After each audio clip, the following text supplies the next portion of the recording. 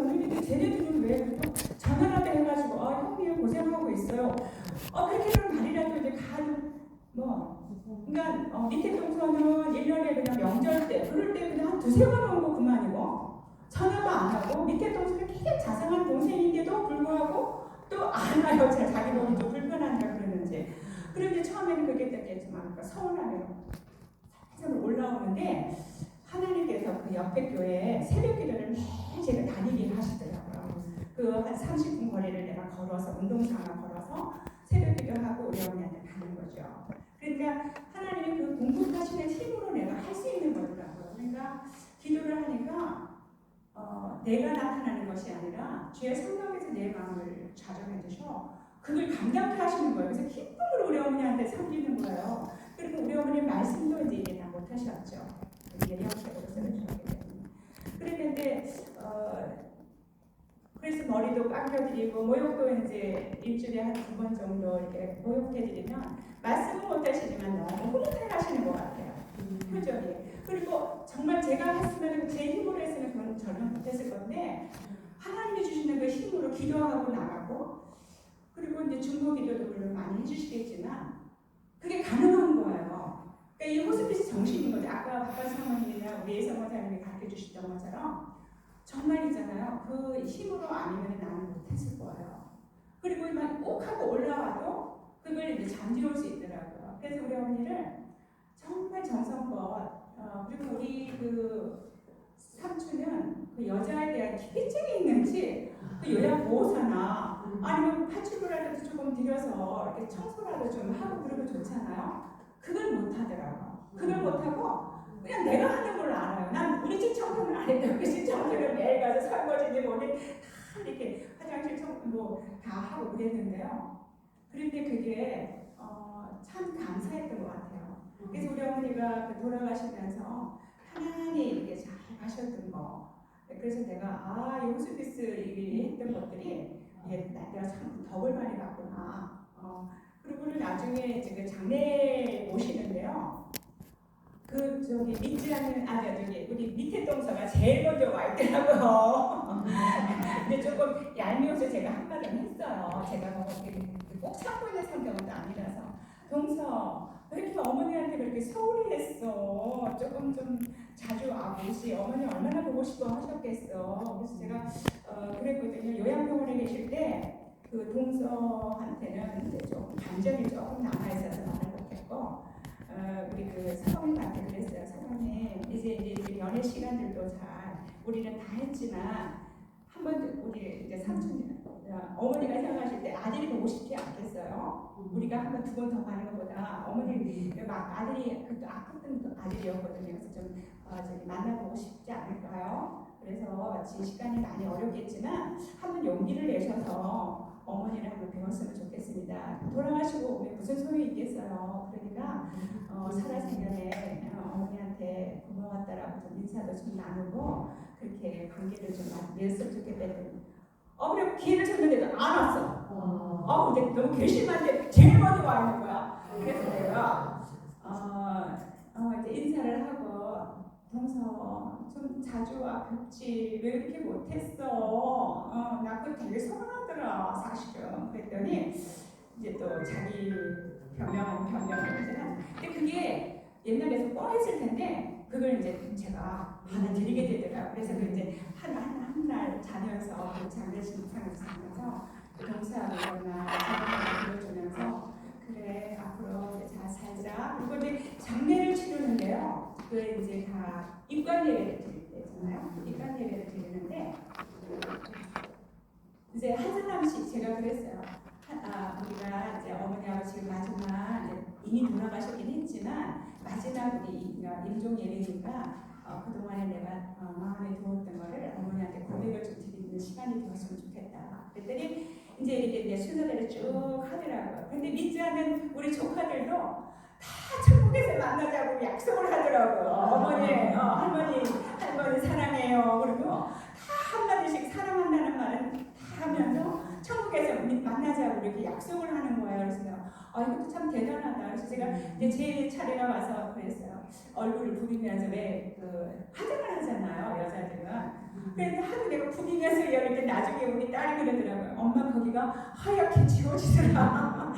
내가 이제 얼굴을 부리면서 울면서 어머니 그동안 내 어머니 되어주신 건 너무 감사하고 고맙습니다. 그리고 부족한 철없는 저를 이렇게 며느리로 40년 동안 데리고 사시느라고 참 고생 많으셨어요. 그리고 이제 천국, 아버지 천국에 계시는 그곳에서 편히 이제 안식하시라고 잘 가시라고 너무 고마웠다라고 이제 인사를 드렸죠. 그랬더니 그 이제 형제들이 다 이렇게 울고 이제 손자들 손녀들까지도 다 울면서 보내드렸는데요. 그 장례 일정 모두가 정말 하나님의 은혜로 다 끝나고 나니까 이제 이게 아버지 산소에 같이 했거든요. 그랬는데 딱 다 돌아오고 다 떠나고 나서는 비가 막 억수같이 쏟아지는 거죠. 그러니까 모든 장례 일정이 그게 감사함으로. 그러니까 우리 막내 삼촌이 그러더라고요. 참 형수 고마웠다고, 수고 많았다고. 그 묵뚝뚝한 아들이 항상 전화할 때 트러블이 잘 있었어요. 저게 그냥 내가 이제 지어받고 싶은데 시동생이니까 그렇게는 못하고 다 이제 이렇게 치워놓고는 이제 보는 거죠. 내가 쟤를 뭐 맞대서 뭐 하면 뭐 하겠나 싶어. 삼촌 저 내일 올게요. 그리고 이제 떠나오면 또 이제 가면서도 잊어버리게 되고 그렇게 참 그 관계를 잘 맺었어요. 근데 막내 삼촌이 이제 돌아가시고 난 후에 우리 삼촌이 우리끼리 이제 우리 남은 식구들 이제 우리 가족들만 남았어요. 그랬더니 우리 삼촌이 뭐라 그러냐. 우리 집이 사실은 그 교회랑 좀 멀고 우리 집이 여기인데 본교에 오려면은 한 1시간 정도 걸려요. 전철 타고 이렇게 오다 보면. 그래서 제가 그러고 있는데 우리 어머니 집이 전철 바로 밑이거든요. 그러니까 얼마나 교통편이 좋은지 몰라요. 그리고 내가 그 옆에 새벽기도를 가니까 바로 뒷마당이니까. 그래서 내가 너무 좋다 생각했는데 우리 삼촌이 딱 하는 말이 그래요. 삼촌이 이 집에 와서 사세요. 아니 이제 형수가 이 집에 와서 살으래요. 그래서 내가 이게 웬 떡이지? 근데 우리 어머니가 돌아가실 때 제 꿈으로 오셨어요.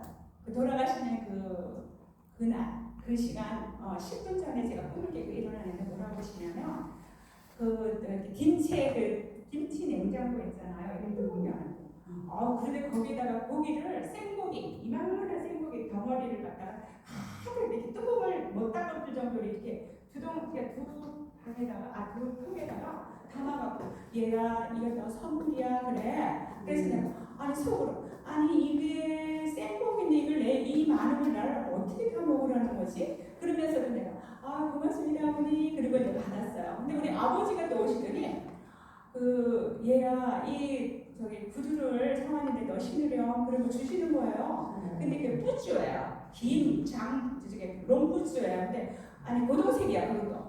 그러면서 나보고 이걸 신어라. 그래서 자기가 당신이 많이 이렇게 돌아보고 산 거다. 그러면서 주시는데 내가 지금 60이 넘은 사람이 무슨 롱부츠지? 그러면서 내가 속으로 조금 그러면서 내가 고맙습니다 어머니. 그리고 받았어요. 근데 그러고 나서 우리 어머니가 이제 돌아가실 때 이제 소식을 갔잖아요.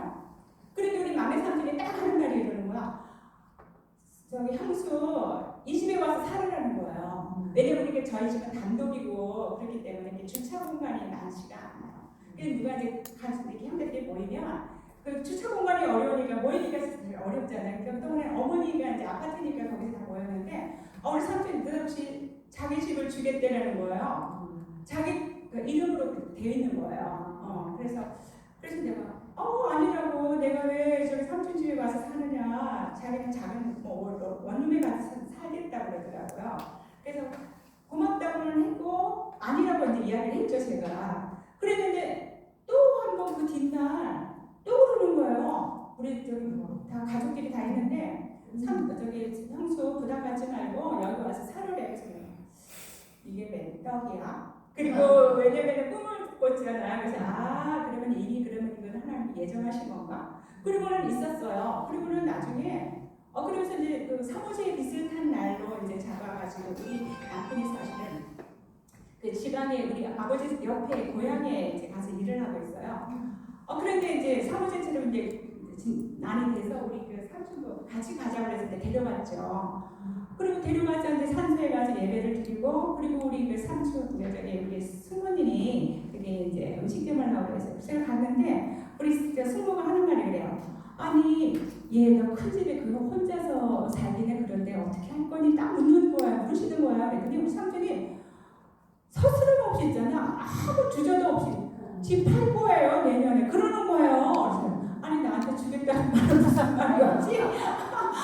그랬는데 어머 이게 무슨 말이야? 그리고 내가 이제 그러고 조금 그랬죠. 그랬더니 이제 내가 돌아오면서 우리 이제 차에 태워가지고 이제 저기 고속버스 타고 간다고 해서 이렇게 내려가지고 오면서 그랬어요.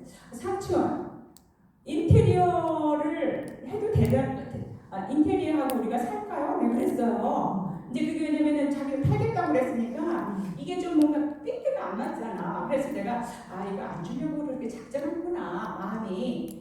그랬는데 그게 아니에요. 그래서 제가 그랬더니 대답이 없어요. 세 번씩이나 그렇게 사느라 그래놓고는 말이 없는 거예요. 그래서 내가 이게 그 마음만 받으면 되겠구나. 그래도 어떤 형제가 형수 그 넓은 집에 와서 살으라고 말을 동생들이 누가 있겠어요. 동생도 아니고 자기는 우리가 형님인데 그래서 제가 그냥 그 마음만 받자. 그 마음만 받자라고 이야기를 생각을 하고 있었는데 그 새벽기도에 뭐라고 말씀을 주시냐면 성령께서 그 마음을 주장하지 않으셨으면 되게 시간까지도 서운해했을 거예요. 근데 무슨 말씀을 주시냐면 그 시편 89편 20절에 보면 내가 내 종 다윗을 사랑하여 나의 거룩한 기름을 그에게 부었도다라고 말씀하셨는데요. 그건 무슨 말이냐면 사무엘이 그 다윗 가족에 가서 기름을 부으려고 했지만 그 형들이 6을 다 지나도 하나님은 응답을 안 하시고 그래서 너희 아들이 더 없느냐 했을 때 막내가 말제가 저기 들에서 목도로 이렇게 양을 치고 있다. 그래서 그러지 않을 때 그 다윗을 불러가지고 그렇게 말씀을 주신 거잖아요. 기름 부어주셨잖아요. 그러면서 있잖아요. 또 뭐라고 하시냐면 시편 89편 37편에 그 뒤에 보면 뭐라고 그러냐면 또 궁창의 확실한 증인인 달같이 영원히 견고하게 되리라 또 하셨도다.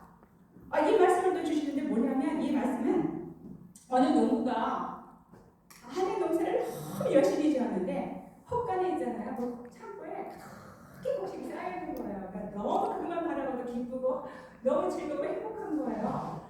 그랬는데 어느 날 여기 타버린 거예요. 불이 나서 이 창고가 그 곡식 타버린 거예요. 그리고 나서 하늘을 쳐다본 거죠. 그때 달이 둥그렇게 떠있는 것을 보고 그때 하나님의 은혜가 보인 거예요. 이게 내 힘으로 내 능으로 아니 되는 거구나. 하나님이 도우셔야지 모든 것들이 가능한 거를 누릴 수 있는 거를 내가 열심히 노력해야지만 된다라고 생각하는 그런 것들. 그게 잘못된 생각이구나라는 것을 알게 되었습니다. 그래서 제가 이 호스피스 사역을 하면서 특별히 다른 분한테도 물론 다가가서 함께 그 사랑을 나누고 저는 또 그 음식을 조금 해요. 그래서 이제 음식을 좀 나눠드리고 이렇게 하는데 되게 왜냐면 그 한국들은 잘 못 드신다 하더라도 가족들도 얼마나 힘들겠어요. 그러면 가족들이 또 그 음식을 먹고 그렇게 좋아를 하시더라고요. 그래서 저의 은사는 음식 만드는 거 그게 이제 좀 있는 것 같아요. 그래서 그 한국들이 그렇게 참 좋아하시고 근데 아직 아까도 말씀하셨던 것처럼 그들한테 가서 우리가 해줄 건 아무것도 없고 그래서 함께 할 수 있다가 함께 갈 수 있고 손을 만져주고 그들이 필요에 따라 조금씩 나누는 거 그리고 가실 때 항상 그동안에 우리가 살아가면서 서로의 그 감정들이 쌓이잖아요. 가족끼리라고 다 좋은 관계만 또 아는 거잖아요. 그랬을 때 가서 용서하시라고 서로 한번 또 보다보면 어머니 잘 가신다, 아버지 잘 가시라고 이렇게 고백할 수 있도록. 그래서 내가 앞으로 내가 그 고일을 하나 보내고 나머지 우리의 삶이 더 풍성해지더라고요. 왜냐하면 그 용서를 구하고 그런 화해를 했기 때문에 맺힌 것들이 다 풀어지기 때문에 그리고 천국에 가 계심을 이렇게 믿기 때문에 그리고 이 복음의 전도는요 대단하더라고요. 그래서 왜 그렇잖아요. 그렇기 때문에 복음을 처음부터 제시하지는 못합니다. 그렇지만 시간이 가면 자연스럽게 가까워지게 되고 복음으로 진행이 되면 그 효과는 또 대단한 거죠. 그래서 이렇게 우리가 태어나면서부터 열심히 살아가고 있는 거라고도 볼 수 있지만 상대적으로 열심히 우리가 죽어가는 가고 있는 사람들이잖아요. 그렇기 때문에 누구나 그곳을 향해 가고 있는데 서로 앞서거니 뒤서거니 하면서 같이 걸어가는 것이에요. 그래서 대상자를 동정으로 받아야 하는 불쌍한 사람으로 볼 것이 아니고 그들은 죽어가고 또 나의 영원히 안 죽을 사람처럼 생각해서도 이게 안 된다는 것이죠. 그렇다고 이별에 대한 아쉬움이 없다라는 것은 아닙니다. 정말 영예롭게 잘 가실 수 있도록 존귀한 우리의 본분이 있다라는 거, 하나님의 택한 자녀로서의 길을 있다라는 것을 기억하게 하시고요. 그래서 그들이 우리가 모두 겪어야 할 것을 먼저 경험하고 간다는 거. 그래서 그들은 우리의 스승이 되고 선배가 되므로 무언가를 도와준다거나 알려준다라는 것이 아니라 그들의 요구를 지지해주고 또 섬겨주는 자세를 보인다면 큰 어려움은 없을 것이고 저에게 이렇게 정말 하늘의 상급은 클 것 같은 생각은 들어요. 어디 가봐야지 알죠. 그러면서 제가 올해는 이 호스피스 행사를 하면서 굉장히 부담을 많이 갖게 되더라고요. 잘 모르니까. 그리고 김문아 장로님을 가르쳐 주셔도 그게 뭐지? 이렇게 엉뚱한 소리 하고 그러고 있더라고요. 제가 어쩔 때는 얼마나 답답하셨겠어요. 그 하나하나 깨우쳐주고 일깨워주고 가르쳐주라고 하시는 일들이 때로는 또 막 이렇게 혼내기도 하시지만 그것들이 우리에게 정말 힘이 되고 우리에게 앞으로 이 사역을 감당할 수 있도록 능력을 주시는 것 같았습니다. 그래서 우리가 이건 다 모든 것들은 하나님의 은혜로 모든 것들이 이렇게 진행되고 있다라는 거 감사드리고요. 그래서 저는 이 호스피스를 아주 수집하는 사람이죠. 우리 부모님들을 잘 떠나보낼 수 있다라는 거. 그리고 내 형제들도 앞으로도 그런 사역들이 가능할 거라고 저는 믿습니다. 그래서 그런 정신으로 간다라면 어느 날 너 하늘나라에서 너 뭐하고 왔니? 그러면 너무 부끄러울 것 같았어요. 그래서 올해는 내가 이 회장을 기쁨으로 감당하고 또 김문환 장로님이 적극적으로 부르셔가지고 우리와 함께 하시고 이 모든 것들이 제가 준비 안 해도요. 바깥 사모님 다 이렇게 이렇게 다니시면서 이렇게 다 사회를 해주시고 그래서 정말 올해만큼은 제가 너무 편안하게 이거를 할 수 있었던 것 같습니다. 그래서 너무 감사드리고요. 여러분께서 그리고 인성 교육이 우리가 이제 마지막에 있는데 제가 어제도 한번 병원마다 다 우리가 다니는 그 공사하던 건물 서울대라든지 부대한테 우리 다니면서 봤더니 지금은 안 된대요.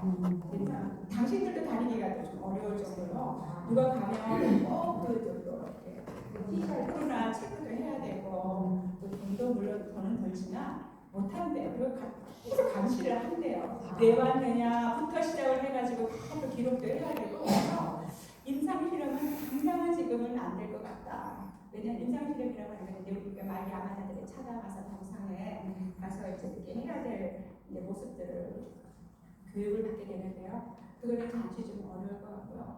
특별히 선교사님들은 또 이제 지금까지 많은 사역을 특별히 이거는 많이 이 사역을 하셨을 거라고 믿습니다. 효율적으로 이 교육을 받음으로 감당될 거라고 생각이 들고 또 끊임없이 저희들과 교류를 하면서 또 기도 제목이 있으면 요청을 해주세요. 그러면 저희들이 어쨌든 함께 할 수 있는 끝까지 함께 하겠습니다.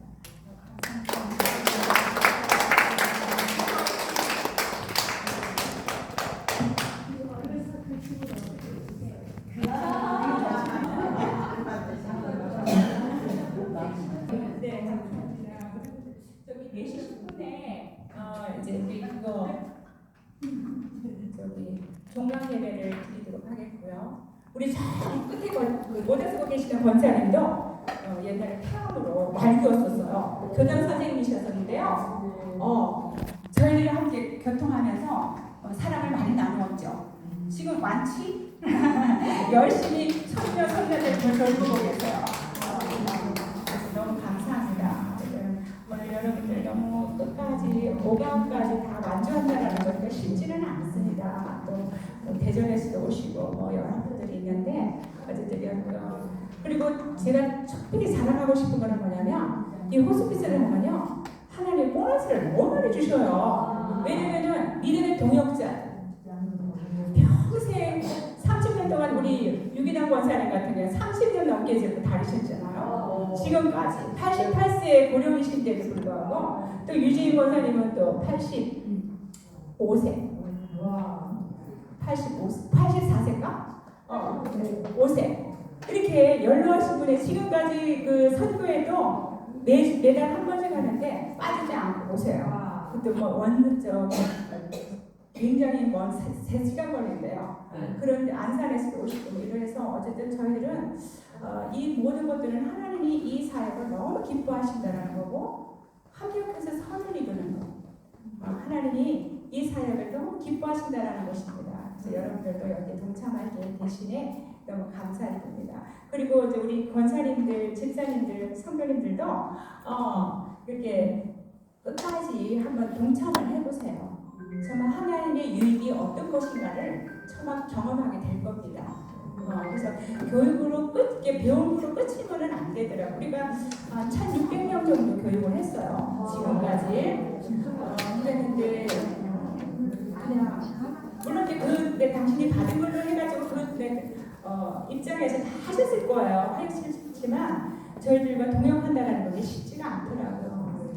그래서 이 뜻이 쉬운 작업도 아닙니다, 사실은. 또 그 상품도 있어야 되고 또 하나님 주시는 능력 가운데 기도로 무장하고 나가지 않으면 우리는 흔들릴 수밖에 없고 또 실수할 수밖에 없고 또 실수하다가 갑니다, 사실은. 그러면서 배우는 거죠. 그래서 너무 감사하고요. 4시 10분에 이제 그 종강 예배를 드리도록 하겠습니다. 감사합니다.